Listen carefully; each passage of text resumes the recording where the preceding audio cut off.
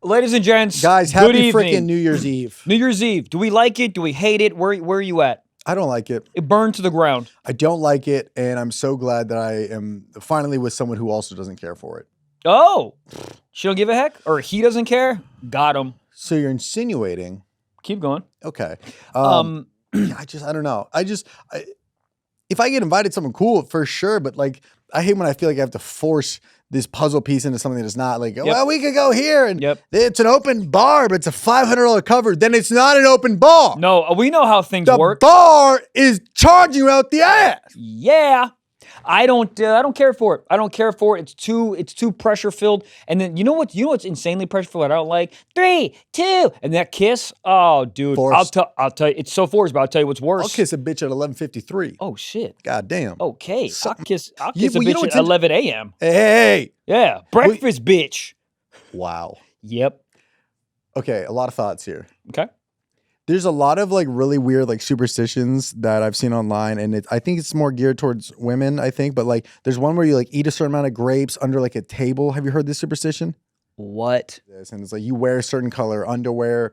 Do you wear red underwear on New Year's Eve because that means like the next year is love? Like that makes sense. Right. It's not real, but it makes sense. I was looking for. Yeah, but it makes sense. Sure. A lot, dude. Listen, What's the grapes under the table? I gotta get to the bottom of this. I don't know. Look it up. It's eat 12 grapes, one for each month's luck. Why does that be underneath the table? What is it? Earthquake day? What is even happening? Why did it be underneath the table like a golden doodle? Jack and type. I'm so. But that is so funny that I bet grapes love New Year's Eve. Grape sellers. Oh, grape sellers. Not grapes. Grapes are pissed. Yeah. They got to turn into fucking wine, and they got to be eaten underneath a fucking IKEA table. But dude, they're having a bad day. Yeah. They're like turkeys during Christmas. Hey, yo. I'll let you talk. I'm sorry. But the amount of times, like, there's probably like a girl like going to a grocery store at like 11, she's trying to get to the party by 12, and this store is sold out of grapes. Oh, right. Wow, what can I use? The cuties? Like the little tangerines? It's gotta be grapes. Yeah, cranberries are kind of grapes. I've heard of this, but I've never seen anybody they're under a table. That's why I didn't see them. Oh, shit. Like, I've never seen, dude, if I'm with a girl in an alternate universe, if I'm with a girl and I look to my left, I look to my right, and Margaret's nowhere to be found, and I look underneath the table, and she's underneath a table, good riddance. I'm kissing your cousin. Goodbye. It is just so funny to like carry 12 grapes around. That sounds like a middle school project. Like, protect these grapes until midnight. Oh, yeah, what was it? Hold on, what was that? Was it an egg? Egg, yeah. I mean, don't do that. Do it. An egg? Do it. Yeah. I think we should give them real kids. I think they do sometimes. They give them like computer kids. I'm saying, cool, man, like, robot kids. Bro, like, here you go. Your parents get to go to, the Bahamas for a week of relaxation. You now have a third grader watching your child. That's how you make a real human right there. I mean, honestly, it's kind of what happened in like 1812. Yeah. Your babysitters were 9 and your parents were dead. Now take care of this kid. But that's how you get Abraham Lincoln. What? Shot? No, like that's how you raise like a true leader. Yeah. If you're 1 year old and you look around and you go, fuck, I'm hungry, I have to go forge, there's no one else, you're going to become Abraham Lincoln or you're going to die. Dude, from talking to my Latino friends, they didn't really do babysitters, just the oldest kid would watch. And I'm going to go to our correspondent in the corner. Alex, were you the oldest, youngest, middle? Only. Oh, she had to watch herself. What? You looked that's crazy. You just looked in a mirror and you're like, hey, you better be good tonight. Yeah, pretty much. Babysitters or no? No. See? Isn't that crazy? How old were you when your parents would leave you alone? Probably 12. Oh, that's reasonable. That's super reasonable. That's up there. Dude, my mom, because she had to, because there was no one else there, but she left when I was 9 and my sister was 11. Goodbye. 9/11? Correct. I did it. But I was 9 and shit. Like, dude, think about an 11-year-old watching a 9-year-old. That's why. And my sister's incredibly responsible, but that's wild. But in like kid years for development of the brain, those 2 years is everything. Oh, yeah. Like, she's talking to you like she's Neil deGrasse Tyson. She's yes. Like, yeah, so actually, when you do long division, and you're like, hold up, I'm not even at division yet. Oh, yeah. What a lazy name. Division, long division. Yeah, that person needs to be shot in the head. I mean, there's a lot of names that you're like, dude, you didn't even try. Brown, dark brown, didn't try. You could have came up with another fucking name. Chocolate. Well, think about the person who named the fruit orange. Think about the person who named brownies brown. Yes. Why isn't lemon named yellow? So many questions. What's a lime? A scooter. Cool. No, I mean, I just, Jay, so I was 9 and 11 was the earliest time that we were left, and nothing really happened. We would pay for pizza with change, but we didn't really get into trouble. That was most exciting when your parents would leave and you'd come downstairs and there was just a note. And he'd go, you saw that $20 that Andrew Jackson. Is that who's on it? Is he on the 5? No, Andrew Jackson. He's on right. both, right? You're right. Nope, not both. He's on something else. Andrew Jackson's on the 20. And the 5. No, Lincoln's on the 5. No, Lincoln's on the penny. Who's on the Lincoln's on the dollar. No. The penny's George Washington. Are you actually? Hold on. The one is George Washington. Yes. A 5 is Lincoln, isn't it? No, Lincoln's only on the penny. No, No, wrong. Lincoln's got dose. Lincoln's on the 5? Yeah. He's got 5 on it. Holy shit. Yeah, but you know what's cool is Lincoln's still cooking because the pennies are leaving, but he's still good. Ah. Yeah, could you imagine if they had Lincoln on the penny and they had to like scrape it all? Then where's he going? Hey, who's on the dime? I mean, literally, someone dumb like Ebenezer Scrooge, like someone that we don't like Carter or some president that no one knows about. Isn't that shitty? What I just said. There was a president named something Carter not a long time ago, and I have no idea about him. Jimmy Carter. There you go, Jimmy Carter. Not a long time ago. I know nothing about him, and I just made fun of him. He was the president of the United States. I mean, I would only become president so I could get on some currency. That's like why I played football back in 6th grade. I just wanted the jersey. Do you know how good, not saying you wouldn't, not saying that your presidential campaign wouldn't be that good to get on money, but do you know how good you have to be at something to get on money? But, well, they're not making money anymore. There hasn't been a president on anything in hundreds of years. Yeah, but sometimes you can get in there. Oh, I see what you're saying. Like they're not, like if they're, like, cause we know who would be on it if they made money now. Everything. It would be everything. I'm surprised he hasn't done that already. I don't think you can. I think, yeah. I mean, I'm surprised he hasn't tried. Yeah. That's where I'm at. Yeah. But, or you could be like a famous Indian. Sacagawea. Get on some stuff. Coin? She's on a coin? A dollar coin. Bro, when you pay for something that was $1 with a dollar coin, God, man. Dude, the last time I tried. Shock in their face. Buddy, they won't accept it. They don't. It's so funny that this company, holy shit, this earth runs on Duncan. Currency, and then you give them currency, and they're like, no. Yeah, that like always blows my mind. And the fact that they go, this is a cashless environment. Interesting. Well, I had cash, and I just have a coffee. Now I licked it. Now what are you gonna do? I always thought about that. What if I got a coffee, licked it, and they go, oh, cashless? Well, I only have $6. So now what do we do? Stand off. Is it illegal to leave a 20 and then walk away? Oh, in a cashless place? Yeah. It might be. Because it's an independent or a private business, so they can write the rules. Probably, so I guess, if the worker wanted to avoid confrontation, they would just pay with it themselves and take the 20. Oh, but even that seems a little weird. Yeah. Why are you taking customers' monies and putting it into weird places? You know what is interesting about businesses? You walk into business and they go, we reserve the right to not serve you if we deem it necessary not to serve you. It's so vague. So they do that on purpose. I know, but I mean, what? Just because it's a private business, they can kind of do anything they want. What's like the lines? Do you know what I mean? Like you're a private business, you can conduct it however you want. But there is like some line where it's like, bro, I mean, just because you're a private business, you have to still do X, Y, and Z. But I wonder what the limits are. I'm like, okay, I can't serve you because you have no shoes, no service, or whatever. All right, shoes, no shirt, no service. Yeah, why? What about pants? How many people were coming in? No shirt, no shoes. It's a beach place. Oh, okay. What if you're out? They don't say that anywhere. Dude, you know nudist colonies? I mean, this is the most vague sense I'll say, but walk with me here. You know nudist colonies like for real exist. And I have a friend who goes with his girlfriend. And he's like, dude, you leave the house with your phone. That's it. Where do you put your phone? In your ass.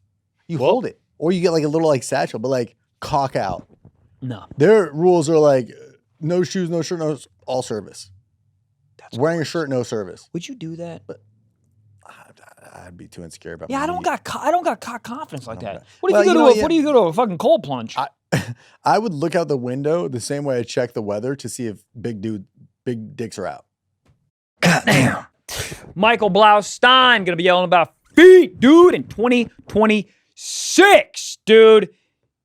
January 15th, I'll be in Burlington, Vermont. January 16th, I'll be in Portland, Maine. January 17th, I'll be in Hartford, Connecticut. January 18th, I'll be in Poughkeepsie, New York. January 22nd to the 23rd, I'll be in Baltimore. I think all those shows are sold out. January 24th, Ben Salem, sold out. I love you. February 19th, Lexington. February 20th, Cincinnati. February 21st, Charlestown, West Virginia. We added a show there, guys. And then I'm just going to read some cities. And if you hear your city, go get tickets. Rochester, New York. Las Vegas. Cleveland, Spokane, Seattle, Eugene, Dayton, Vancouver, Calgary, Charlotte, Denver. Go get tickets. I love you guys. Blockcomedy.com, blockcomedy.com. Ho, ho, ho. I'm Trevor Wallace, a.k.a. Santa, and I'll be flying my sleigh to Nashville, Tennessee at the Ryman. I'm kicking off the year about as big as you can do it. January 8th. Louisville, I'm going to be there January 9th. January 10th, Cleveland, Ohio. January 16th, Los Angeles, the frickin' Wiltern, baby. So excited for that. The 17th, my literal hometown, Ventura County, Ventura, at the Majestic Ventura Theater. January 18th, San Luis Obispo. January 19th, San Luis Obispo. January 21st, Bakersfield. January 22nd, Fresno. January 23rd, Oakland. January 24th, Sacramento. January 25th, Reno. And then I'm just going to read a bunch of cities. And if you hear your city, go to trevorwallace.com for details. Austin, Texas. Dallas, a.k.a. Grand Prairie. Tulsa, Oklahoma. Oklahoma City, Kansas City, St. Louis, Memphis, Birmingham, Cheyenne, Wyoming, Denver, Colorado Springs, Phoenix. We've added a second show to the special taping. March 14th. That is a Saturday. Tickets just dropped. Do not miss out on those. These are selling like hot cakes. Then we're ending up the year in Red Bank, New Jersey, Huntington, New York, and then Boston, Massachusetts, and then also Halifax in August. trevorwallace.com for tickets. This next ad is brought to you by our effing boys over at Happy Thursday. What is Happy Thursday? It's a non-carbonated, delicious, indulgent beverage. Listen. What? I got nothing. I'm just so happy to be here, man. Yeah, jolly. Are you off the Happy Thursday? Listen, I absolutely love these. I hate bubbles. The other day I was drinking a drink that had bubbles in it, and it was an energy drink, and I was like, I wish I could just put this in my body faster. Yep. And I was like chugging it, I'm like burping, and my stomach hurt. These literally are so smooth.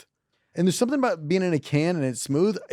They're delectable. They're delectable. They're delicious. And back to the carbonation. I mean, dude, that is so 2019. I'm sick of it, dude. Because we do shows all the time. I can't drink anything that's carbonation. I don't know why anything's ever carbonated ever. It's awful, and that's why we love Happy Thursdays, dude. Crack open a cold Happy Thursdays with delicious flavors. Start your New Year's Eve and finish your New Year's Day strong. Dude, these flavors are delicious. Strawberry, pineapple, starfruit, raspberry, dragon fruit, mango, passion fruit. Dude, they're legit delicious.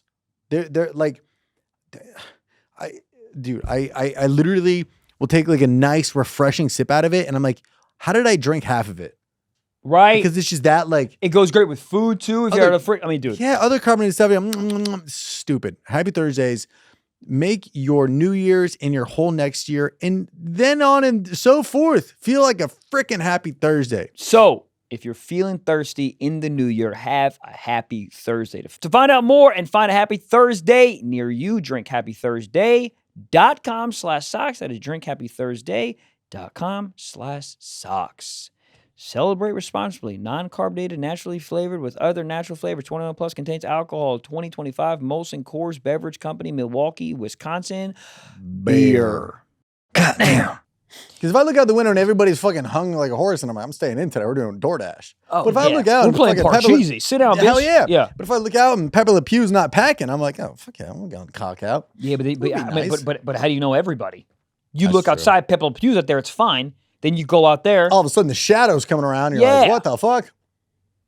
Would you rather be a jacked guy with tiny dong or? I am. Oh, okay. Hold on. Go ahead. Or tiny guy with big dong. Tiny guy, big dong all day. Because like that's a surprise. It's like, because at first then they like you for who you are. It's the opposite if you're a jackass with a small penis. So they like you for your build and your physique. Then they pull your pants down. And then they're like, what is that? Is that the candies you put on a gingerbread house? What is that? Did they cut your cock off and just leave the foreskin? What? Did they invert it? That's best case. It's like literally if you're a skinny guy with a big dick, that's extra credit. Oh my God. Like, because they're dating you or they're like hooking up with you because they like see something in you. Yeah. And then you whip that out and they're like, whoa. I mean, dude, could you imagine being like a hot, jacked dude with a tiny cock? That's got to be the absolute worst. That's got to be the worst. That's like having like a Honda Civic engine, like a Ferrari outside. Yeah. Like, you want to race? No, I do not. No, I don't. That's awful. Yeah. I think the better question would be no personality, super dumb, massive hog, super smart, great personality, tiny dick. I mean, dude, awful personality, big dick.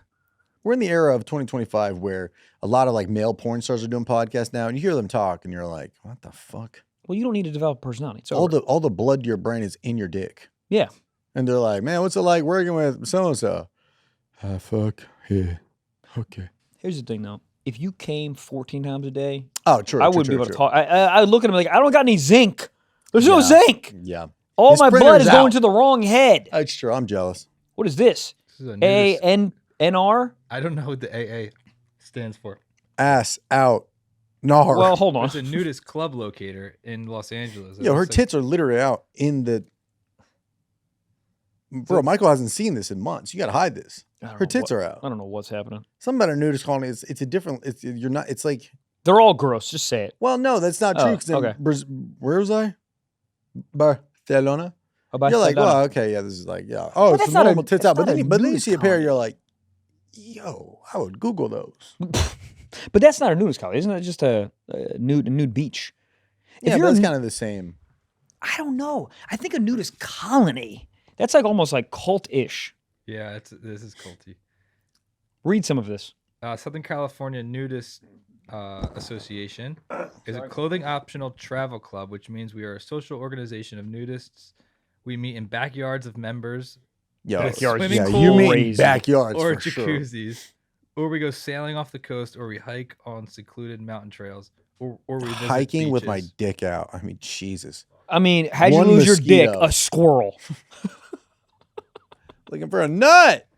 Look, upcoming events, January 18th, nudes at the Getty, scavenger hunt. The Getty? There's children at the Getty. Nudes at the Getty? Super Bowl party? Okay, Super Bowl party would be kind of sick. And then you get like queso on your dick, and you're like, can somebody suck this off? That'd actually be sick. This is crazy. And how do you sign up for this? It's so funny. You show up clothed and you leave. Here we go. Join us. But where are you at in your life where like this is... I'd also like to Google that when you get a second, Jack. Like where you're at in your life where like this becomes an option. Is it like... I think they like it because it feels wrong. Then they all go to work on Monday and they're like normal clothes. And then they know like over the weekend, like my tits were out. Yeah, I mean, is it pitched like a tent? Hey now, but is it pitched like, hey, we're all, locked in society with society says to wear clothes and you got to be free and that's how it blah, blah, blah. Like, is that? Yeah. Yeah. It's probably like a zero judgment type zone where. Yeah. Walk around free of opinions. Do they fuck a lot or more or maybe not? I don't think it has to do with sex. I'm serious. I don't think the nudist colony has any, being naked in those colonies. Was like normal to them. You're right. Here we go. Now, like if one of those girls came up and like bumped up on you, possibly. Membership, $90 a year. What the Seems hell? Pretty inexpensive. We're not doing anything. You're just being naked. Oh yeah, you're going to a free backyard. What does this say? We should do a podcast like this. Children of members under 18 may be admitted to events as guests. What? What the fuck? Yo, what is this, Diddy.gov? Okay, so an individual membership is $90 per year. That's really not that bad. And the initial application fee is $30. So how to join? Like, copy of current photo of yourself, naked or not? Yeah. God. Oh, you just send it to a place in Calabasas, and there's an address. We should go there and see if they're naked. Where are you at in your life where you're like, you know what? I work in H&R Block. Let's get nude on Friday. But I think it's that. Oh, you do? Their life is just so like yeah. mundane. They want to switch. Yeah, there's literally Wells Fargo. So next time you drop off that deposit, whip your dick out too. Here's my pin, and my pin is. Oh, so the going under the table to eat the grapes is for love, to find love in your life. If you're underneath the table, throwing grapes, you're not finding it. But listen, and this is not great advice, but if you're a dude and you're single and it's 11:59, no. Go under a table. No, this is good advice. Go under a table. Oh man, are you guys looking for love too? And then dress your dick up like a grape. Hey, what's fruit up? of the loom? Yep. Yes. Or you say like, damn, I accidentally brought 24. Who needs 12? Oh yeah. And then some girls like me, and you go, go ahead. Are you a superstitious guy like that? Where you're like a little bit, not like that. I think for performing wise, yeah, definitely. But I know people who are like that to the T, and it's like, I'll believe it if I'm with them, you know? Yeah. There's certain things that I picked up that I just adapted to my life. Somebody once told me that it's bad luck to clean the day before you travel. What? It's a Russian thing. It is? I think it's a Mexican thing too. Oh shit, Feliz cumpleaños. Yeah. So for me, like I won't do laundry the night before because at once somebody told me this and I was like, oh, that's stupid. And then now I'm like, I believe it. So you just don't clean? No. I won't do the dishes, but I also don't ever do the dishes. Laziest person just invented that but 175 years ago. No, honey, I can't do the dishes. We're about to go on a trip. Yeah, and then she like stubbed her toe. And it's like, well, that's because you took the trash out. Stubbing toes, usually, like, that needs to go. So if I'm leaving like Wednesday, if I'm leaving Wednesday, I'll be like, I got to do my laundry on Monday. Do you really do that? Yeah. Wow. I don't know what, but like I don't question it, but I also don't believe it. But I'm not gonna go against it. So I guess I do believe it. Yeah, I've never even heard of that. It'll be like 11:58 on Monday night. And I'm like, oh, I got 2 minutes before I can do it. No. Yes. Can you look up other weird superstitions? I'm very interested. Yeah, I was looking up the ones for New Year's Eve. So there's wear polka dots, red underwear. Oh, yeah, Trev got that one. Carry an empty suitcase around for travel in the new year. Oh my God. What kids in? What the fuck are you talking about? What do you carry, a suitcase around? Yeah, an empty suitcase. But if I'm at a party and someone has an empty Samsonite, literally New Year's Eve does not do anything for the next year. Hold on, what? Like it does nothing for the next year. Like I could sit at home versus you could go to a party, bring 45,000 grapes, an empty suitcase, and red. It's gonna stay the same. Yeah, yeah. But you said you believe in superstition though, so. Yeah, I'm a little schizophrenic at times. Can I go back on my words? Of course. I don't know. I just. Make noise, bang pots and pans. Oh, dude, when I was a kid, my mom and I used to bang. You too? Yeah. Yeah, bang the fuck out of pots and pans. It was so fun. I remember I would stay up. I'd be so goddamn tired, but I was like, I'm about to fuck this frying pan up, dude. I would find like the metal because my mom, we had the Teflon shit, not Teflon. Yeah, it's called Teflon, right? Well, it's non-stick shit. And my mom would fucking scream at me if I ever used metal on that bitch. So I would harbor all that hate for that fucking frying pan because I yell it so much that I would take that frying pan with a metal fork. I remember finding like the biggest metal fork and just beating that bitch to death. And then go to sleep right away because I was so tired. It was funny. In our frat during our like hell week or whatever, when we all had to sleep at the frat on like the ground and shit for that week. Yeah. The one good thing we got to do is we had to make all the active brothers in the frat, there was like 40 that lived in. We had to make them breakfast every day of the week that day. But what we got to do is once breakfast was ready, we got to run around the hallway with pots and pans. And that was like your one time you could be like loud as fuck disrespecting them. Oh, right, yeah. Because that was like your one little like, all right, here's a week straight of getting fucked. Literally, elephant walk. What's up? I came. No, but so we would take the pots and pans and you just, and like you could do that without them being like, are you fucking making noise in the hallway? But why? But that's so weird. Why would they let you do that? Like to give a little. It's like, I mean, dude, it was like. What time was it? Early? Pretty early. I'd be fucking pissed. Oh, now thinking back, I'd be so pissed. But also, you're like, whatever, it's free food. God, dude, what did you make them? We've never had just to make a bunch of like breakfast. eggs and kind of bacon, just that type of shit. Did you have to buy it? No, I think it was funded or something. That's crazy. But it was funny. Like that was like the one thing out of a week of pledging that sucked. That was like the one fun thing where you had to be like. Oh, I would throw forks at people. Forks? I'd put glass on the ground. Fucking Home Alone. Bitch. Do you guys know like most people are conceived during like Thanksgiving and New Year's Eve, like between this time? That makes sense. Yeah, because everyone's sitting at home. We're doing nothing. It's a lovey-dovey. It's got hot cocoa's in the air. Oh, yeah. Brought a hot cocoa from a motherfucking goddamn... Air One? No, Cheesecake Factory. Yeah. First of all, they give it to you in a glass, which is hilarious. I'm like, I don't think you know how temperature works. They don't know how cheesecake works.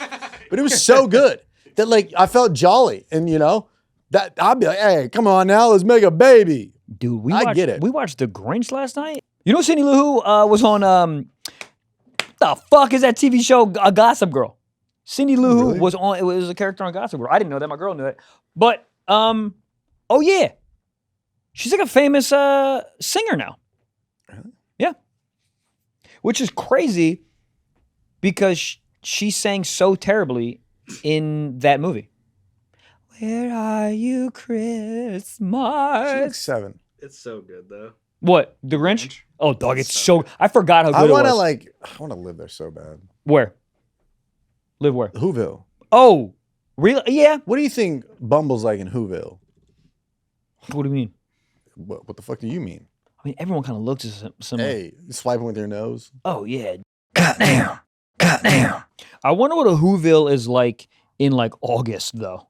Are they still fisting themselves for Christmas in August? It's I think so it's a ski hot. town. Everybody leaves. Oh, that's a good call. Yeah, you know? Yeah, they loved Christmas, dude. Do you know where it also looks awesome is where the Teletubbies lived. Buddy, you're so right on with this. It's crazy.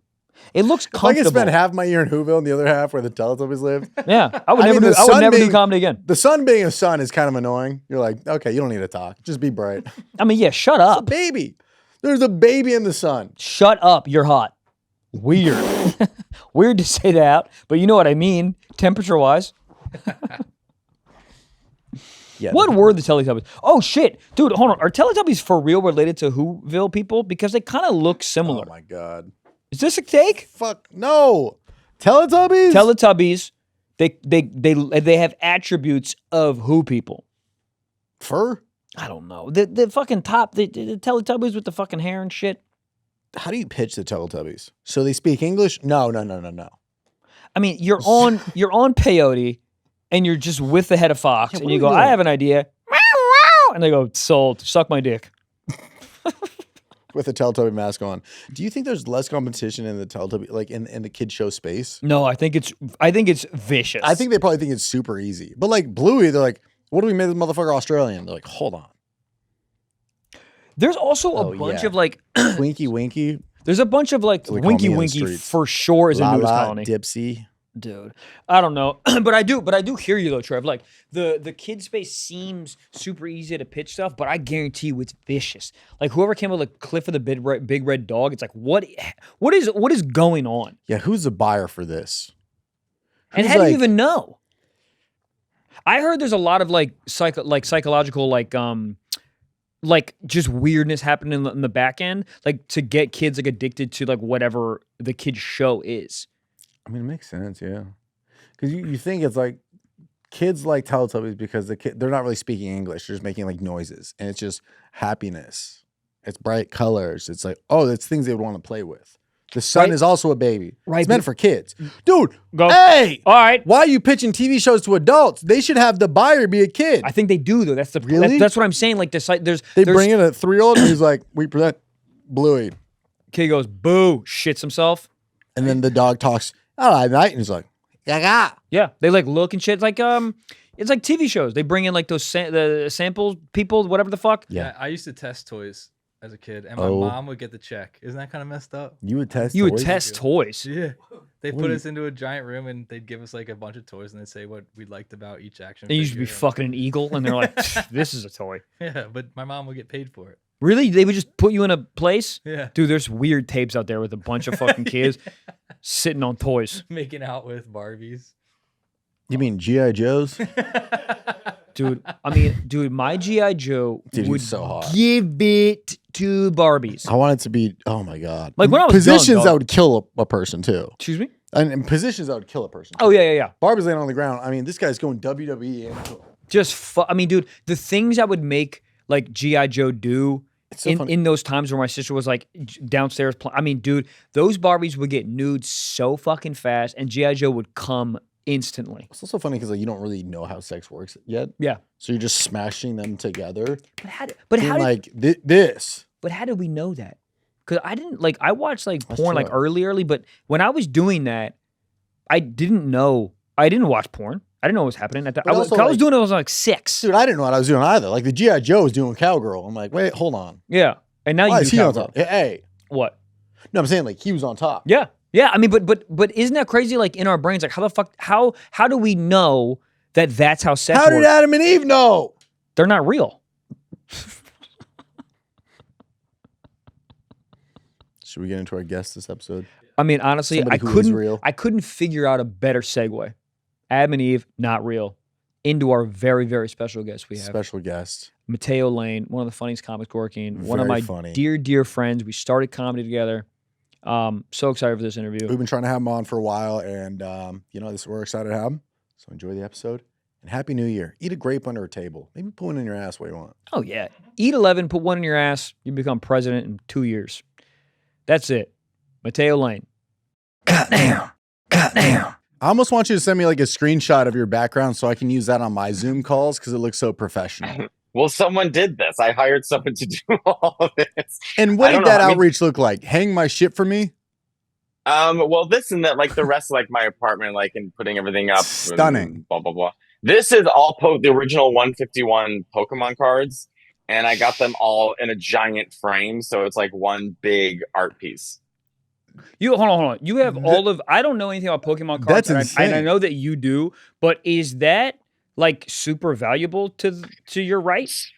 So it's valuable in the sense that it's not like one singular piece, but because like the way Pokemon cards, like they weren't like rare cards. It was like not Generation 1, first edition, all that like bullshit. It was pretty much just like, here's a Charizard, doesn't really matter. So like altogether it costs like $1,000 to get the cards off Amazon. And then I just had to explain to this old Russian man what order they need to go in, and he was really upset. And did you go based on the order of like the game or like personal preference? Like the game. How do you order that? I wanted just like the Pokedex, just like the 151.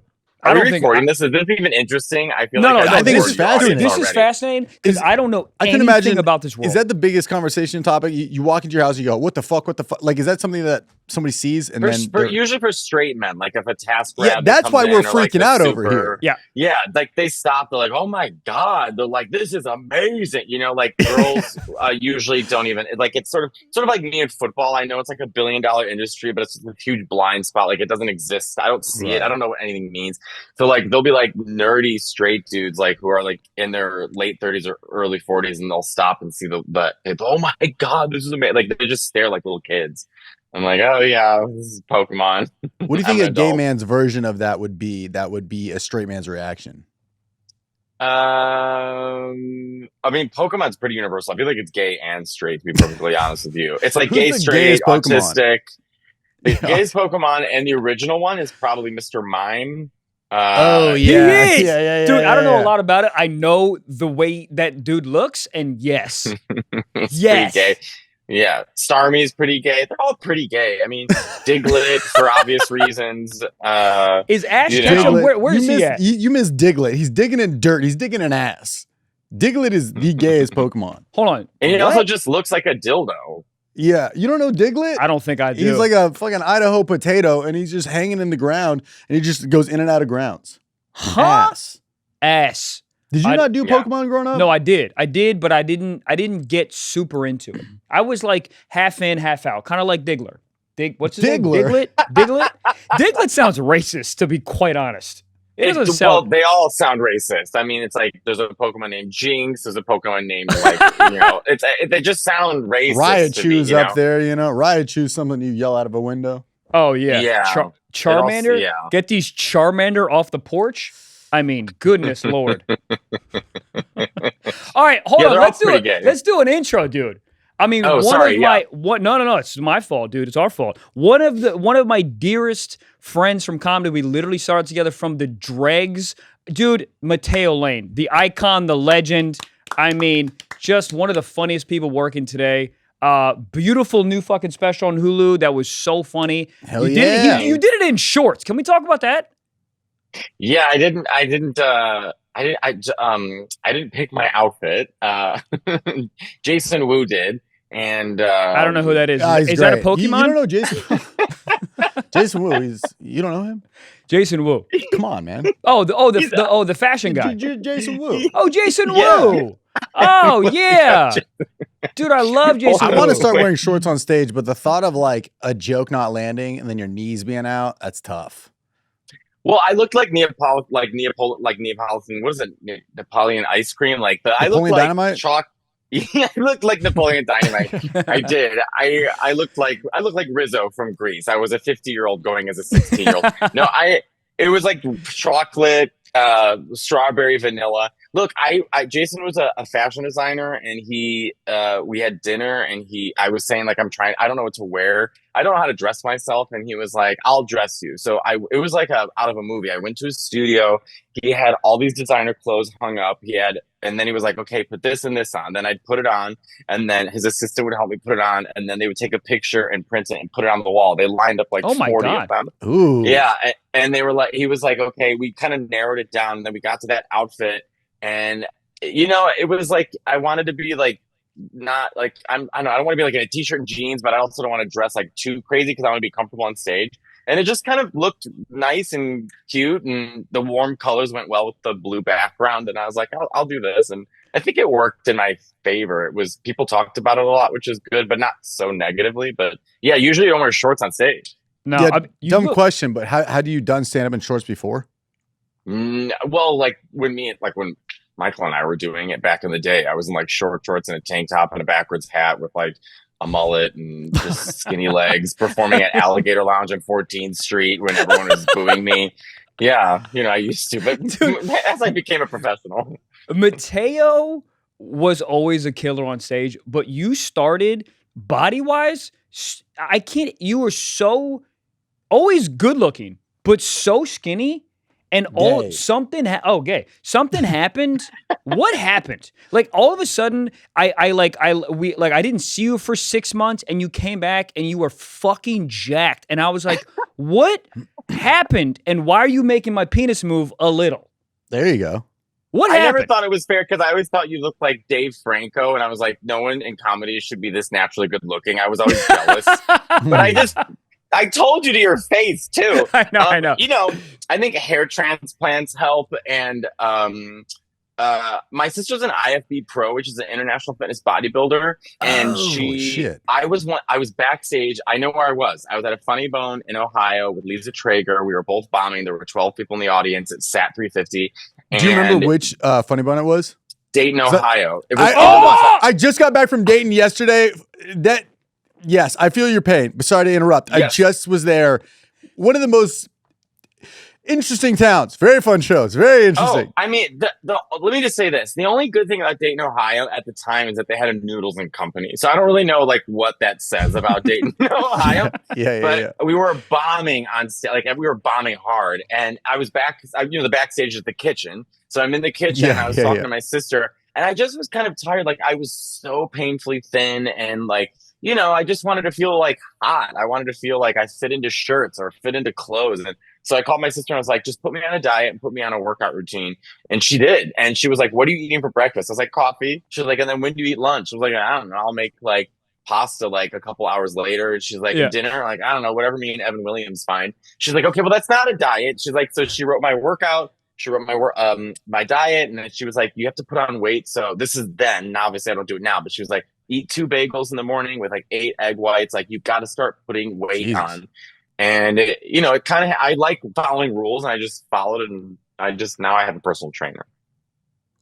Dude, I mean, kudos to you, because so many people have that moment where they go, I need to make a change. And then someone goes, here's a thing to help. And they go, awesome. And then 3 days later, they go, yeah, but I'd rather jerk off. And then they just stop. So, dude, for you to stick to it, it's really impressive. I had a dietitian tell me what I should and should not be eating. I lasted about a week and a half. And I was like, yeah, but I like scrambled eggs. But I like that.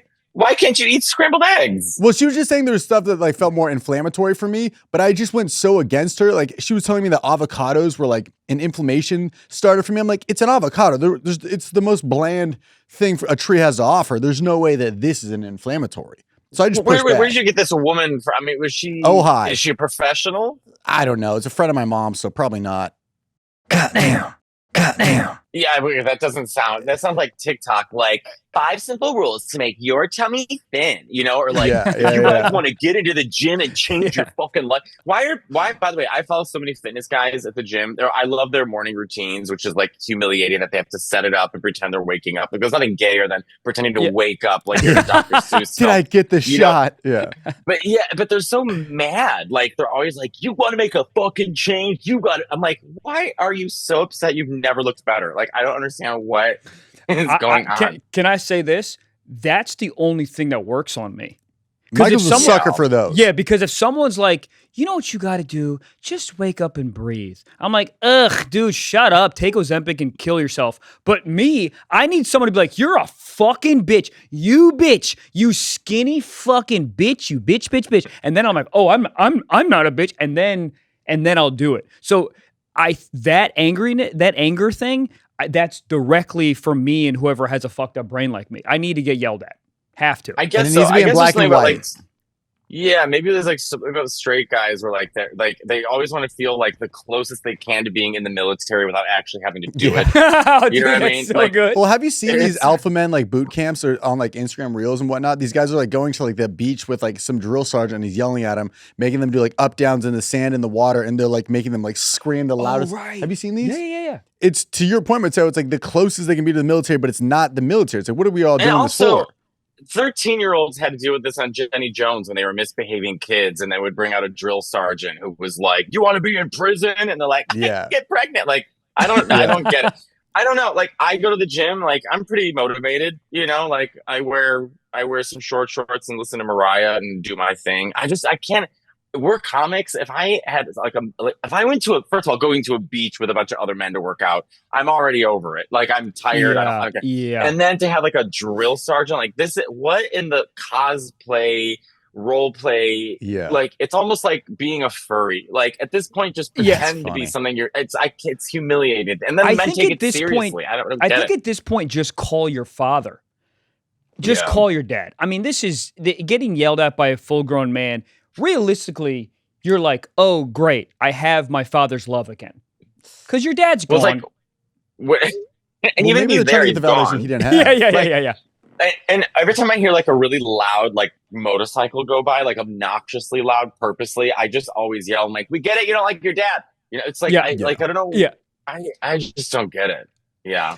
I will say though, back to my original thing, like I need to get like yelled at, motivated. I swear to God, today I was in the gym, and this is embarrassing, but maybe I don't. I love this. Yeah, I love actually, this already. It's not embarrassing. I don't really care, but sometimes to finish like the last couple reps. Here we go. I know this is all right. Come with me, guys. I literally think that Joe Rogan is in front of me, and then I finish because I'm like, You finished at Joe Rogan? No.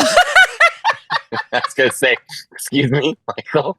You're like, I cannot come unless I see Joe Rogan and a UFO poster behind him. Oh yeah. So let's go back to that. What do you mean? He's yelling at you? No, he's not even yelling at me. He's essentially working out with me, and I will finish those last 2 reps because I don't want to feel like a bitch in front of someone that masculine. Okay. You know what I mean? It tracks. What workout are we doing? I mean, like a tonal workout. I was just, what was I doing? I was just regular, just Stairmaster, elliptical. No, just a bench press. Okay. And so I'm down there and I'm literally just struggling. I'm just Rogan, and I'm imagining him and his bald head, and he's sweating a bit, and he's like wearing like kind of like a smaller tee, and he's just grilling me. Oh, you're picturing the outfit and everything. Oh, dude. When I'm emotionally prepping myself right before I finish those last 2. I can't not finish the set when Rogan's in front of me. So that's what I do. What do you do? That was very gay. Yeah. Okay, cool. I'm glad I'm not the only one thinking that. But I admire that you admitted that. I mean, oh yeah, the sweat bead, the bulge in his pants. Oh yeah, he's like short but like really well sculpted legs. Right. Yeah, I've never seen Joe Rogan's legs. Yeah, what do you think his legs are like? To be now that I'm coming to think of it, I don't know that it's almost like he's like the straight version of RuPaul. You just always see him from the waist up. Oh, dude, that's so funny. I imagine because he's not that tall. He's like 5'8", so I just imagine them. But he's like jacked, so just like well defined, bigger calves, nice thighs with that little like line that like really defined thighs have. Dude, you would do well in prison because I feel like you could imagine something so well if you needed to jerk off. Dude, that was my entire childhood. What? Yeah, that was my entire childhood. I was like really, really, really good at imagining. You didn't have internet? Well, we had to. We didn't have any other options until the internet came around. I mean, my like home didn't. My mom was like, I mean, this sounds crazy, but my mom was like against computers. Like we didn't have, you know what I mean? Out, yeah. So she was like, I don't want a computer in the house. So I didn't. I mean, the internet was around, but I didn't have. That was your boot camp. Yes. I would just be in my closet, just imagining shit, just coming on the ground. That's awesome. Oh yeah, but my motivation at the gym. I had the same motivation at the gym, except it's What is your motivation? What gets you to finish the last 2 reps? Sometimes I don't. Sometimes I just go. I'm like, you know what? I did enough, and then I just go. Oh, I'm not motivated. I mean, I go to the gym. I do it. I have a trainer. You know, he tells me what to do, and I know what to eat and all this stuff. But there's just time. I'm just like, I really don't like going to the gym. I don't like anything about it. I like afterwards. Like I like how I feel enclosed. Endorphins. But I just can't, like the 45 minutes I'm there, I'm like, I'm not doing cardio. Fuck it. Who gives a shit? You know, I just hate it. I really, you know, and it's stressful and the guys are like screaming and yelling. And then, there's like the bike classes and like there's a lot going on and I just want to be out of there as quick as possible. Has anyone done one of those bike classes? Because it's real popular, but it looks so fucking dumb. Like, I'm sure it works, and I'm sure it's just great. Virtually on my Peloton, it's me and Cody Rigsby. That's my Joe Rogan, is Cody Rigsby. Is what? That's my Joe Rogan that Michael pictures is Cody Rigsby, the Peloton instructor. Got it. I don't think I know who Cody Rigsby is. Is he that bad? Hot guy. Oh. Hot guy. Is Peloton still a thing? You guys have a similar hairstyle. Like I'm looking it up. Well, this is 3 hair transplants in. Okay, Cody. And were any of those hair transplants? I'm fascinated by that. Yeah, me too. Was that Turkey or was that in the States? I did it in New York because I wanted to recover and be ugly at home. I didn't want to get on a flight, Great answer. 24Q with a fucking, black duct tape around my head and a swollen head looking like I just ate a gusher. I was like, no, I want to do it in the States. It is more expensive, especially in New York, but I found a great doctor and it was like my first big purchase. That was like my Porsche was the new hairline. That's incredible. But in New York, you don't have cars. I've always said to Michael that like people are so fashionable out there because they don't have a car to go with it. They're like, what you leave the house in is your car. That's your embodiment. So getting that hair transplant is that Porsche. Yeah, and it's a great point. Security. It is a good. I mean, this is my Ferrari. I mean, I just like by the time, like when I knew you, like when we first started together, I was always in hats. Yeah, because always. My hair, it was always like, I was starting to lose my hair really bad. And then I was like trying to cover it up as much as I could and use like topic spray. And it just was annoying. Like you don't want to walk out on a windy day. You don't want to, I used to have a joke. I was like, my head would go that high in a pool. Like I look like a gay alligator just kind of floating around, But it's true. And now it's like crazy. Like I don't care about wind. If it's raining, I don't care. Like I can go in a pool. Like, but small weird insecurities like that. Your hair is such a huge one, especially for guys. When did you start losing it? Like early? Like I remember like I was 21 or 2 and like I was like trying to style my hair and it wasn't as easy. And I was just like, God, I just must have gotten like a bad haircut. And like I just noticed it kept going and going. Then my sister's boyfriend at the time, this Italian guy named Joe, he was like, hey, starting to lose your hair. And I was like, no. And no one's bald in my family. My dad's not. My Mexican grandpa has a 1-inch forehead. Like everyone has so much hair. And I just was losing it. And so I went to a hair doctor, like a consultation, and he looked at my hair and I'm still in denial. And he was like, yes, you're losing your hair. I was like, fuck. So finally, when I started working and selling tickets, that was like my first purchase. And I the people there knew me from stand up, and so they kind of like great. let me go in a bit early. It's like an 8-month wait for an appointment. I got in early. Shit. Yeah, and now I've invited them to like Radio City, and like I'm like I bring them out and stuff. But yeah, I'm happy I did it. I did my third one this summer. That's my last one. I basically walked in and I was like, "Give me 18-year-old Dominican," and they were like, "Got it." So well, it looks incredible. I think I'm done now. Yeah, so they did a really good job. Did you have to do 3? Like I don't know the process at all. Like, is it like the first one, like let's do a little, and then the second one's a medium amount, or like how does that work? So the first one, they were just kind of correcting my because my hair, like it was all the way back here, like my bald spot went like this and there, and so they just kind of corrected it. But then my forehead really was still too big. And so I went in a second time and I was like, can we go a little lower? And can we give me a beard? I've never had a beard. And they were like, sure. So they take hair from under here and put it in here. Shut up. Yeah. I didn't know that. Yeah. Dude, I need that. It's like, dude, me too. Dude, my shit is never connected my shit sucks. Yeah, they cut. Well, I mean, you can't, I have it looks that great thing on the, yeah. And so then I went in a third time because like, I really was like, I was balding so bad, you guys, and I got a big head. So more transplants were needed for me for the look that I was going for. You can do just one, but I still had some hair missing here. And so, yeah, this summer I was like, just do it. And they were like, okay. So they went pretty aggressive this summer. They added hair here and then all down here and here. And then they added a little more on my beard to connect it here. This is the dumbest question I've ever asked. They can add follicles where you never had follicles before? Yes. So it's basically Shut up. Yeah. Yeah. What? I mean, you don't have to worry about it. You have like fucking gorgeous hair, Stop it. Goddamn. It's true. I'm so jealous of. I have a whole. I had a whole joke about how straight guys don't deserve nice hair or nice asses because it's just like a waste. Like girls are like, we like guys with nice butts. I'm like, that's like ordering pasta to sniff it. Like, what are you doing with it? But yeah, I'm finally done. The hairs that I got in July are just starting to grow in, so there's like a bit of a like it's a weird 2-length hair thing I got going on, but that's it. I'm done with the hair transplants. But it's like men's plastic surgery, It shapes your face. Like I finally feel more symmetrical. Dude, Matteo, we essentially started stand-up together. We have so many fucking just insane stories just based on because again, we started just in the disgusting trenches of the Alligator Lounge and LOL. Do you remember LOL? Yes, I remember LOL. I worked there a little bit because that was like the first club that we were all starting to work. It was like Stand Up New York, and we'd do check spots, and then it was like LOL.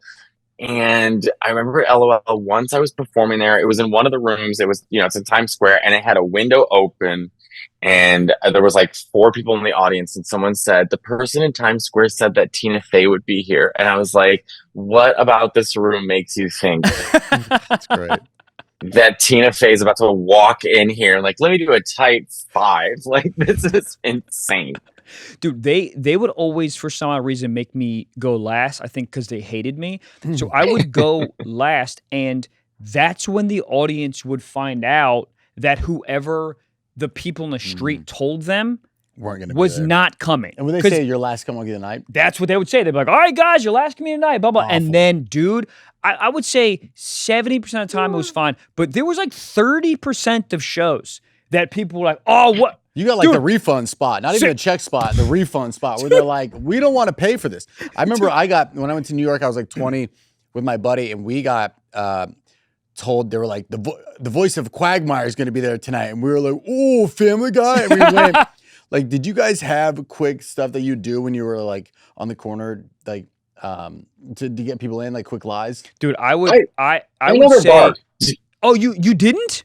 No, I never barked. I didn't do the village. What was it? The Village Lantern. Lantern, yeah.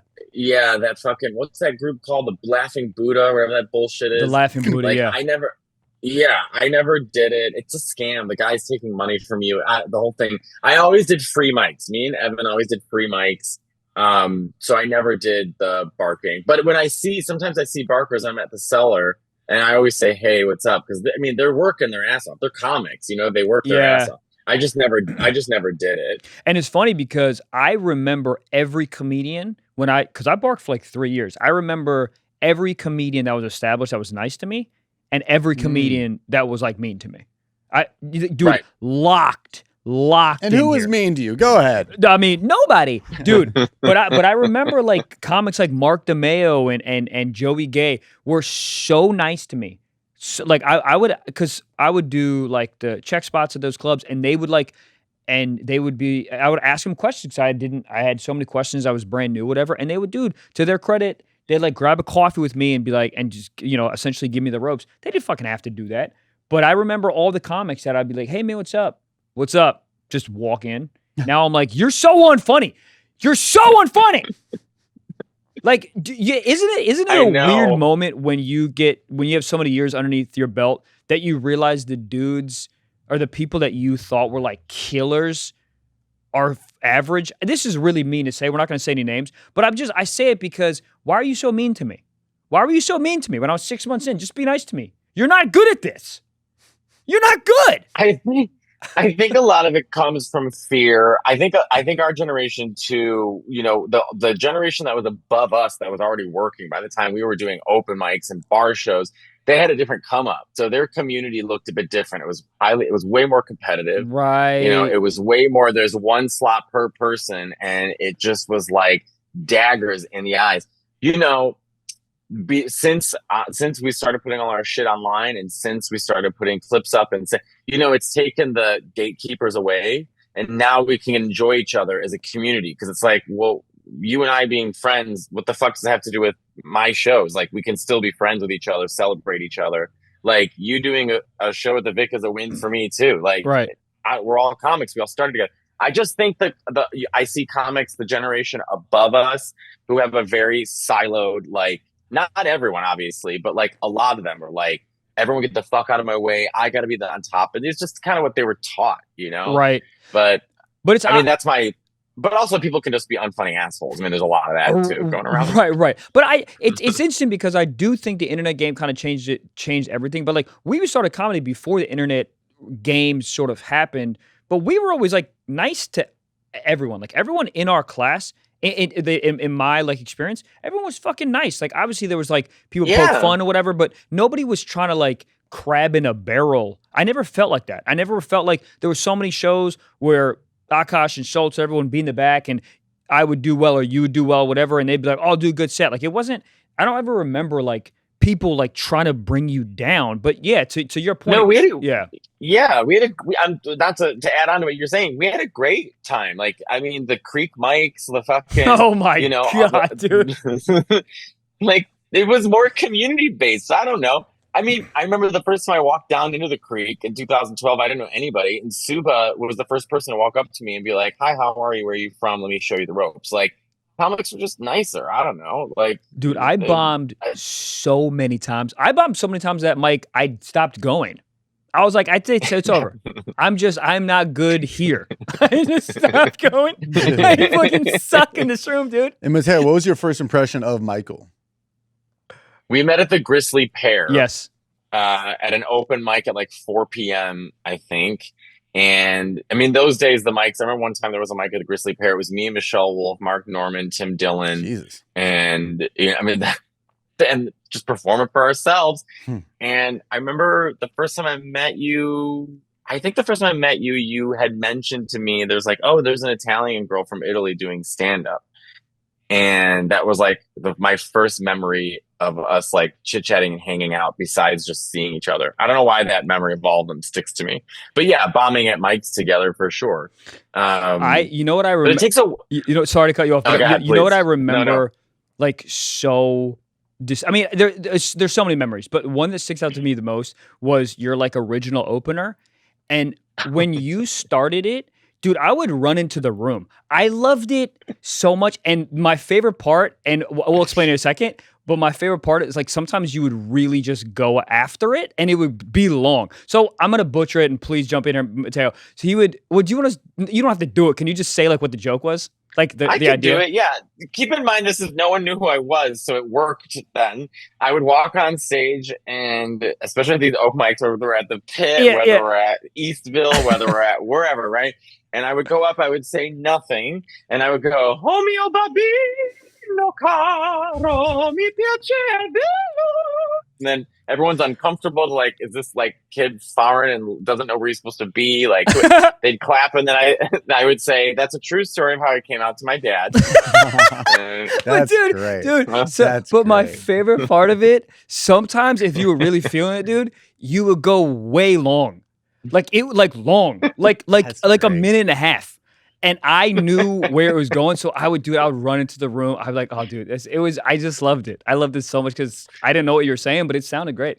That's awesome. You know what's so funny? It's an easy song to sing in your falsetto. It doesn't go too high, you know.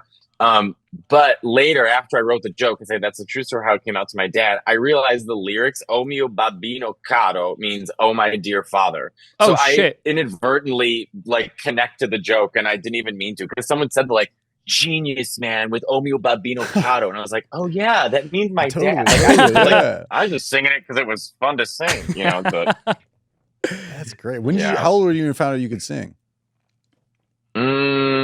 I was like 14, I think, and then my voice changed immediately, and I just sounded like Old Man River, like that kind of voice, and I couldn't get into any of I was trying to do the comedies at my high school, but I was too young. And this girl, Ashley Stein, was like, "Well, we need guys for show choir, and that's a good way of getting in." So they had me sing for them, and then my voice teacher, or my choir teacher, Mr. Heck, was like, "Oh, you've got like a natural voice. You should take voice lessons." And so I started training with a teacher named Nick Falco, and learning opera. Well, first was with this cunt, a horrible woman, this rejected bitch. She was so mean to me. I hated her. She was like, "I should have been a star," and I was like, "You're in Arlington Heights, Illinois. I don't know who you think you are." But you know, she did teach me like how to breathe. You have to breathe through your diaphragm, breathe through a straw, like learn breath control. That's why I never, knock on wood, lose my voice on stage, because I learned at 14 how to conduct my voice without losing it. So I need that so bad, dude. It's so funny that the drama departments in these suburban towns have such an ego. I had the same thing. I went to college in San Jose, the San Jose State University, in the theater. My theater was my minor, and it's like, you know, I'm getting yelled at by somebody, and you look up their IMDb, you're like, you were in the background of one It's Always Sunny episode, or you produce Sharknado. Why are you yelling at me like you're Lorne Michaels? Why am I getting yelled at by some elite guys when you haven't done shit? So these suburban, it's just frustrated. There's nothing worse than a frustrated theater. You know, have you guys ever seen Waiting for Guffman? No. You need to watch it. It's Christopher Guest who did Best in Show. Yeah. It's the same cast. The whole movie is a mockumentary about this small town. They're putting on this play, and it's the auditions to the workouts, cool. That's and great. they think they're going to Broadway, and they're fucking losers. And the host of it, his name is Corky, and he's like a closeted gay theater, you know, guy, and he's like, "Well, you know, I was shopping for my wife Bonnie because I buy most of her clothes," but it's all about that. Like, this is how angry these like frustrated theater people get, because theater people are tough. Like, musical theater people are rough. They're like not kidding around. They may be singing and dancing with Jingle Bells, but they're mean and competitive. Yeah, I was definitely the odd man out. I was in a frat in college, and I mean, I was showing up to do a monologue from like Anchorman and Sperry's, and these people are looking at me like, "Get the fuck out of here. You know nothing. Why would you even try to be an actor?" And it's like, there's other types of acting out there. But yeah, the death glares I would get is so funny. Just such the not here at San Jose University. Right.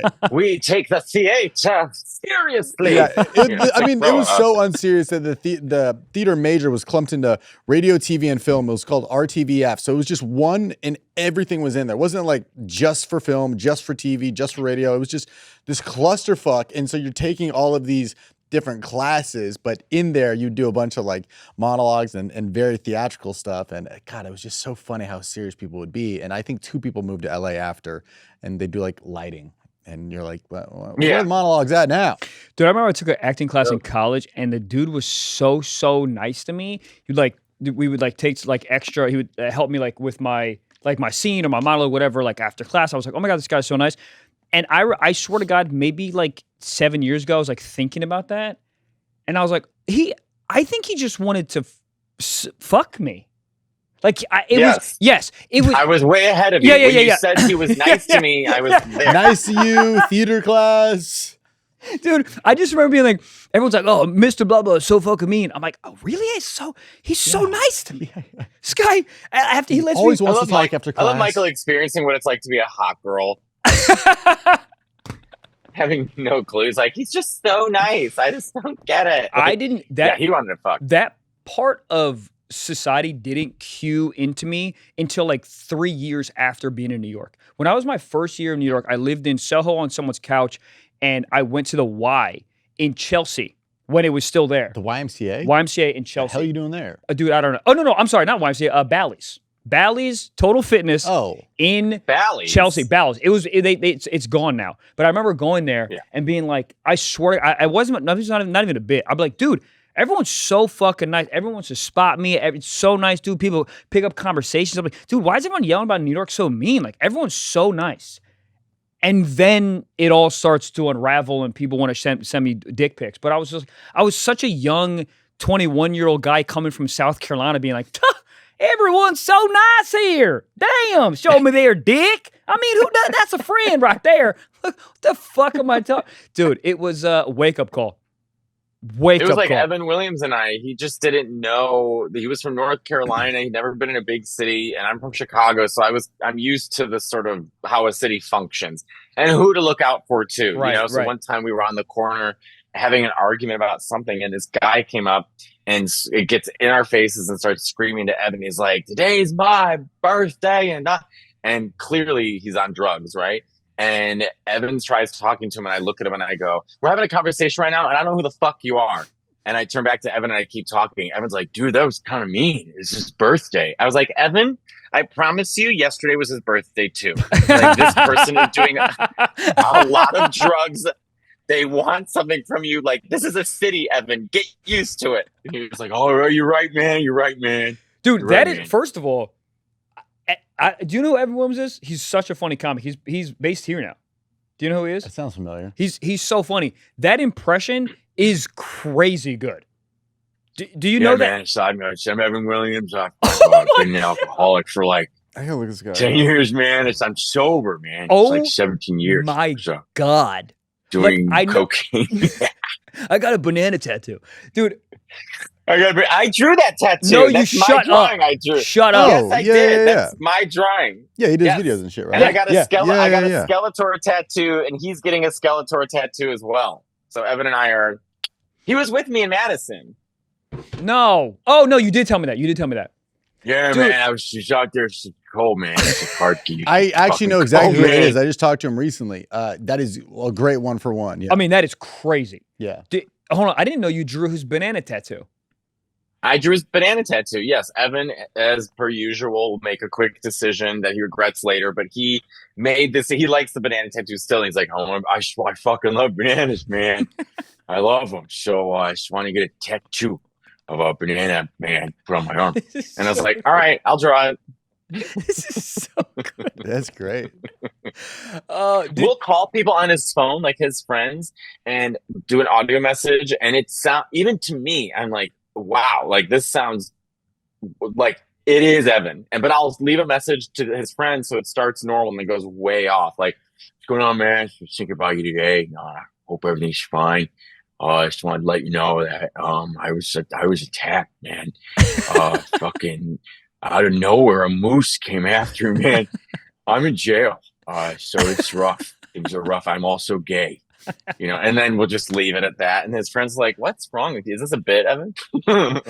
Dude, when did you, because you guys are roommates, right? Not now. Yeah, we live together. We're still best friends.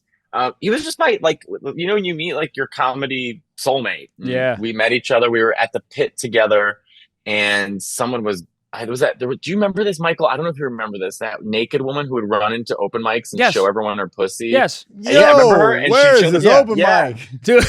Yeah. and she would show pictures of her kids and put it next to her legs, Never and she'd mind. scream, and then the host would be like, "Okay, next," you know. It's like, yeah, but anyways. See, the LA scene, we had a guy who would run on stage at the Flappers open mic and whip his dick out and helicopter it around, and that was pretty big for us. But no tits out. Isn't it crazy that like that was done, and everyone's like, "That's crazy, helicopter Chris." Like, yeah, they're just mad that they got his name drawn and then we didn't. Like, how did he get pulled? I've been here way longer than him. Like, nobody's just gonna be like, "Hey, man, you're you're arrested now, right? Like, you can't." Am I like you're done? Yeah, but comedy clubs are so cheap. They don't want to call the cops. They're like, well, let's get them to pay first. Let's get them. right. But also, we like the strange. You know what I'm saying? Like, we're all Tim Burton in a weird way. Everything's a little bit twisted and twirly. And we kind of like it. Like, I forget, like, comics, we're just weird people.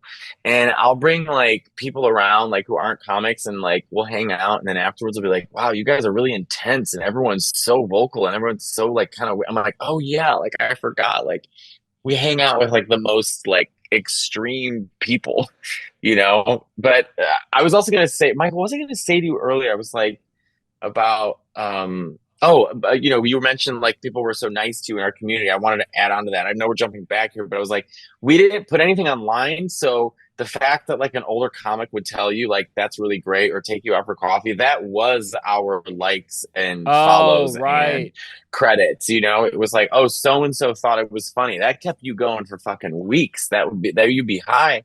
And then I sound like such an old man shaking my fist to the wind, but you know, because I've been doing stand-up since 2010, I think 2009 or 2010. So I have enough material that I can put online and still build, you know, but there's comics 3 years in who are like playing the game as they should. But I always am wondering, I'm like, you post like one joke, if it becomes super popular and you tour, you don't have like the experience of being on stage. Like, I don't know what's more important now, but I'm just kind of like an old man who's out of the loop. Yeah, I don't know what I think about that sometimes. Like, I don't know what advice I would give to a younger like, I don't know what the game is now, right? Because it's like, if you do crowd work, you're not gonna burn anything. But if you're 2 years in, 3 years in, and you start hitting on crowd work or whatever, like, what are you doing with that? Like, I don't know what the game is now. Like, it's obviously to like build an audience. I guess it's like to build an audience in conjunction with like kind of building your act or whatever. Yeah. But yeah, I mean, you have 2 clips, 3 clips that go crazy, and you get a manager that doesn't care about your career and wants to put you on the road. Like, I don't know what you do. Like, when we all hit, we had an act already. Right. I don't know. I think it's just about how fast you can adapt. Yeah. What is it? How fast you can adapt. Right. And how patient your fans are to see you kind of be like, here's him for an hour, and be like, that was good enough where I'd see it again. Right. Knowing that you didn't have an hour, and you're like, I got 30 of mid, but I can stretch it to get there enough where they'd be like, we had fun. Oh, dude, I remember the first time I signed with the agent, and he goes, "Do you have an hour?" I was like, "Dude, I have 7. An hour?" I had 21 of average. Oh, I remember writing my first headlining gig I ever had. I booked it myself, just to reach out to the club, and they're like, "You have an hour?" I was like, "For sure." In my set list, I wrote like crowd work amongst like jokes. So it'd be like, talk about pigeons, and now crowd work, but like. Yeah, and I'd be in my room, and I would run through my entire set, like holding a TV, a Roku remote. Probably didn't have Roku yet. To be like, is this an hour's worth of words, not accounting for any laughter or any applause or really whatever, but like I like said every bit I had on a notebook, and then I was like, dude, that's like an hour 6. Like I got it. Yeah. And then you're doing it, and you're like, how am I at 31 minutes? I'm on my closer. Bro, I mean, we all know that's maybe the worst feeling when you look at the clock and you go, it's been 41 minutes, and all I have left is a closer. The closer is 3 minutes. Yeah. What am I doing You're like, now? is the battery out of the the battery gone of the flashlight? Did you mean to light me? That is truly my greatest fear. Like, but that's what I'm saying. It's like, you know, God, I sound so old. I know I sound old when I say it. Thank God I get Botox. But I'm just saying, you know, we were able to like do clubs on weekends for $1,500 to do 6 shows.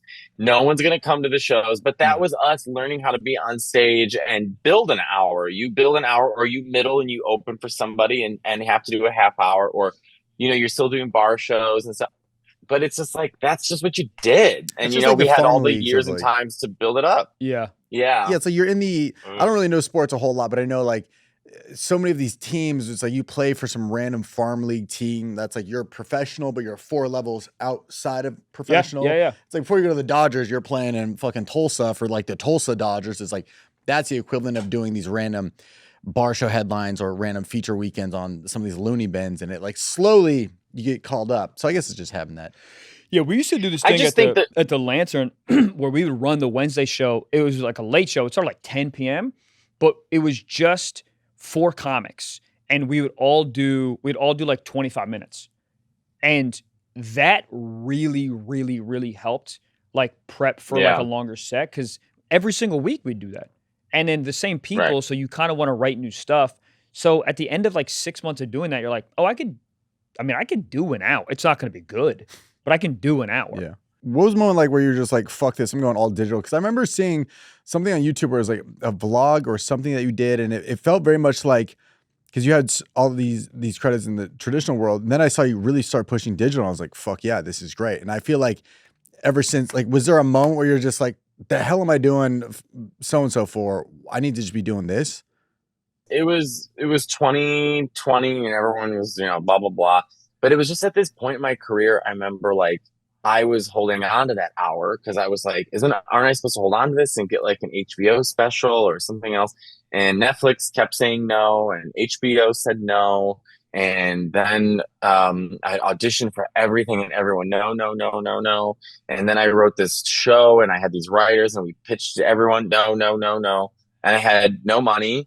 And the only thing keeping me alive was the Cellar. I mean, God bless them. They did believe in me and they put me up every single night, and I fucking love the Cellar. But I just remember I got to that moment where I was like, I was doing a show in Miami, and it was a Thursday night, and we were supposed to do 2 shows, and I only sold 20 tickets. And then we were like, well, let's just cancel it because I won't make anything.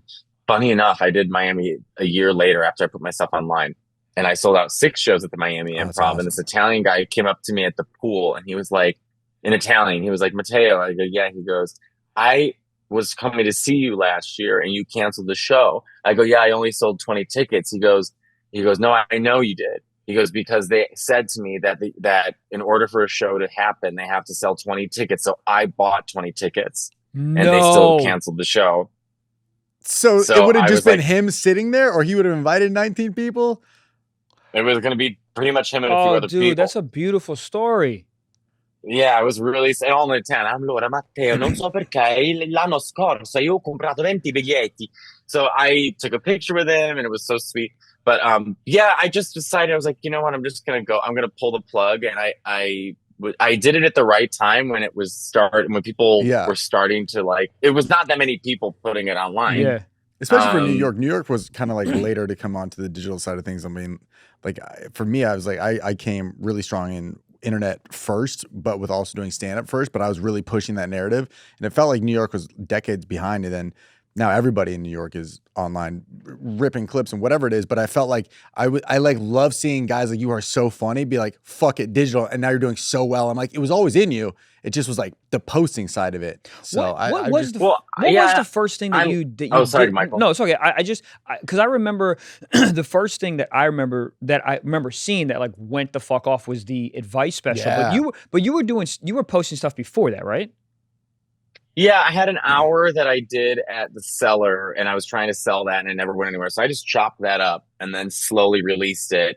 And I had like an hour's worth. That's like a year's worth of clips. Yeah. And I also I didn't mean to, but I branded myself almost a Simpsons character because I was in that same stupid yellow shirt with the duck on it. Yeah. I kind of, like people would flip and it would see, oh, that's the yellow shirt, so they'd stop.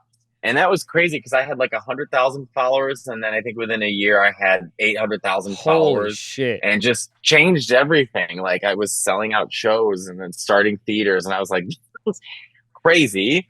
But yeah, and so then the advice specials, I don't do crowd work. I obviously we can because we have to for when you're at clubs and you're bombing, or like it's a skill that you build up, and it's like, I'm not like you, like where I wouldn't even know, like the amount of talent you have to go into front of thousands of people and do it. I'm like that. I wouldn't even My brain can't go there. Like I'm not that skilled, but I'm skilled enough at a small room.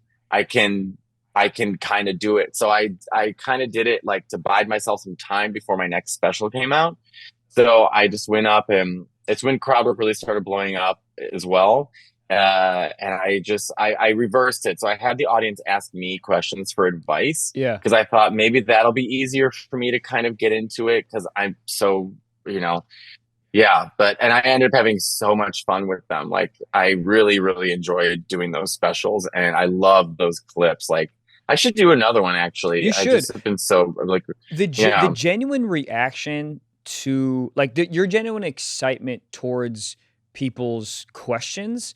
Obviously, the funny that goes after that is the funny, but like the excitement, like the honest excitement that you have, I think is like one of the biggest reasons why those do so well, because people are enjoying you being so You're the happy voice of the audience. Yeah. They're like, I hope he says that this is insane, that this is this person's take.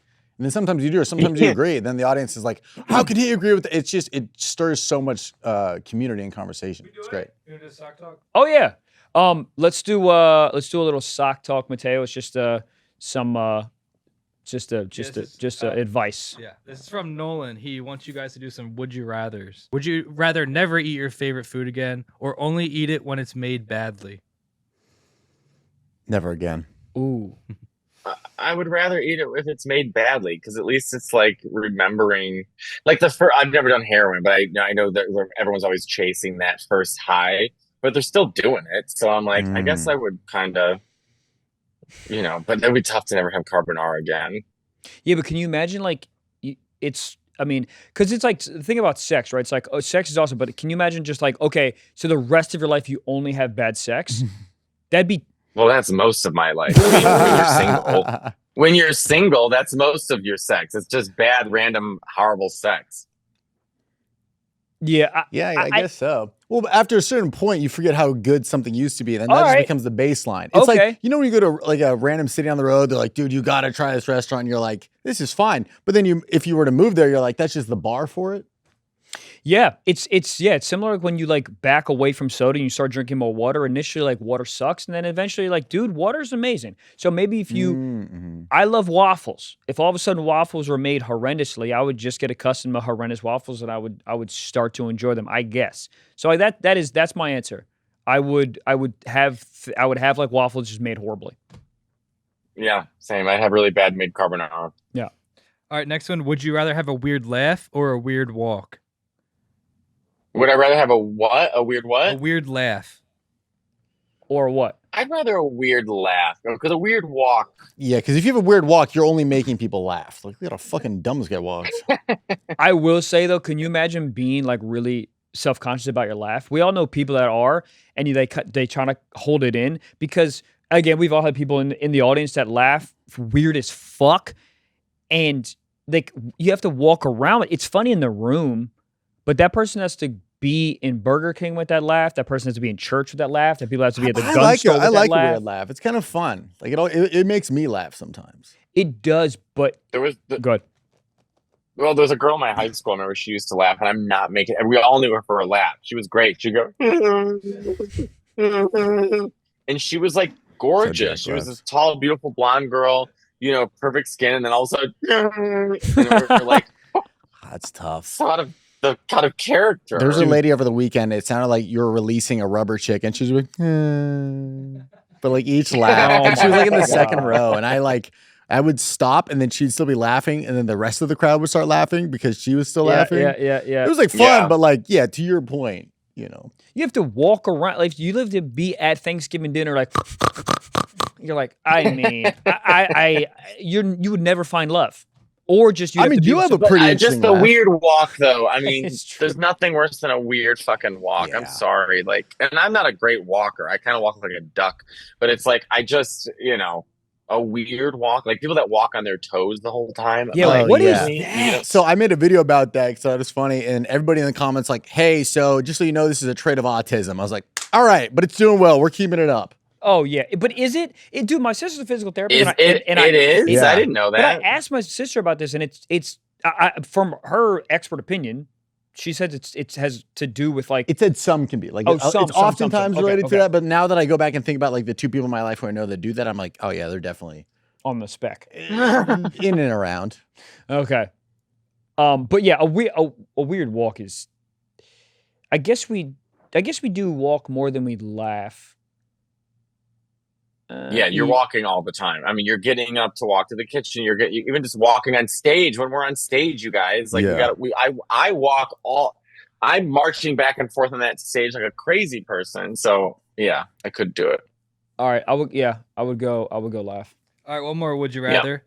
Would you rather be respected but not liked, or liked but not respected? This sounds like something that Michael listens to in the morning when he's working. I'd rather be respected and not liked. I agree. Yeah. I mean, 100%. I'm saying that as a person who's a people pleaser, but I would rather be respected and not liked because, I mean, like, Anna Wintour is respected. She's not liked, but she's respected and people still want to work with her. So there's something about, like, respecting someone. You don't necessarily have to like them. Doesn't mean you have to be mean, but I don't know. Yeah, I would much rather walk around being like, people fuck with my work and they don't like me. Because who cares if they like me? I mean, what that takes me so far. Yeah. Give a fuck. Right. Yeah, Michael's like, as long as my dog likes me, I'm good. Yeah. Yeah, because dog likes me, a little bit of Jif peanut butter, we're good. Yeah, because also it's like you're gonna have some people who like you, just no one likes you. Other like-minded people like you. Yeah. I don't think anybody thinks Bezos is a nice guy. Nobody's like, dude, so warming. But I don't think anyone respects him either. So I mean, he's not. You know what I mean? Right, and one last secret sock confession. When someone tells me something traumatic, part of my brain is annoyed that I have to react correctly. Valid. You don't have to. Say that one more time. Yeah, I have a hard time. This is just a confession somebody said. Yeah, it's a confession. When someone tells me something traumatic, part of my brain is annoyed that I have to react correctly. It just depends on how dramatic it is. It also depends on, for me, it depends on where it is. If I am Walgreens and I go, hey, how are you? And they go, my dog just died. Shh, are you kidding me right now? Are you kidding me? You're really going to tell me trauma dumping. People that trauma dump. Trauma dump, but if I don't know you, and I understand that maybe some people don't have someone to talk to, and that makes me sad, but at the same time, I'm buying a Snickers right now. I have 13 minutes to get to the spot. I don't want to have to be like, but if I know you, then I'm okay with that. If you know someone, that's one thing. But if you're in public, people don't know what the shit you're going through, what's going to trigger you, what's on your mind, what's going on in your life, and people will just trauma dump on you. And I just move. I just keep walking. I'm like, I guess I'm from a big city, but if I was at Walgreens and the woman was checking me out, and I'm getting a Snickers bar, and she was like, I just have to tell somebody I'm so upset today because my 2 cats died last night. I would say, right. Right. So did you need my number for the code, or what are we doing here? No, I mean, I would probably say I'm sorry, but I don't know. Of course. Yeah. I also think with friends, unless they're my really, really good friends, I have like a trauma dump amount. Like, you can do it to me a couple times, but if that's your MO every time I see you, I just did it recently. Someone I've thought about it 2 times already. I don't feel great about it. You did it? No, I didn't dump. I got dumped on, but this person that I don't really know, we have all these like people that we know a little bit because they're in the scene. But every single time I see this person, they do this to me, and I'm like, he did it. They did it to me. We're in the green room, and they said a bunch of stuff, and I go, yeah, man, sucks, dude. And I just kept looking at my notebook. Right. I don't. Well, not in the green room, dude. Don't fuck up the energy before I'm about to go on stage. Like, don't fuck up the energy before. I mean, they're probably saying it to you because they're probably trying to relate to you, or like they're looking for reassurance from someone that they really respect, but they don't understand that it's really inappropriate and kind of manipulative. But I just think that, like, if I'm in the green room, please don't get into whatever bullshit you're going through. Like, I gotta go perform, it's crazy. Yeah, it's insane, and it does to me every single. I mean, I'm telling you, 6 to 7 times at this point. I'm gonna guess off pod because I think I know who it is. Wait, and I bet you know who it is. Also, text me who it is. Mateo, thank you for coming on, man. Your socials are awesome. Check out the special on Hulu. Great to meet you. Yeah, do you have anything you wanna plug, dude? I'm on. I start my big North American tour in January, so I'm coming all over Texas and Indiana and Michigan and Chicago and Boston, and I'm all over the place. So get tickets at MatteoLaneComedy.com. Beautiful. Hell yeah, dude! And thank you so much again for being on the pod, dude. We have so much fun, and if we don't see each other in person soon, I'm gonna off myself. So now it's in your court. Trauma dump, yeah. No, I sent you my date, so let's find out when we're near each other and organize. Let's do it. Beautiful. All right, dude. Love you, dude. Have a good day. Thank you so much again. Bye, guys.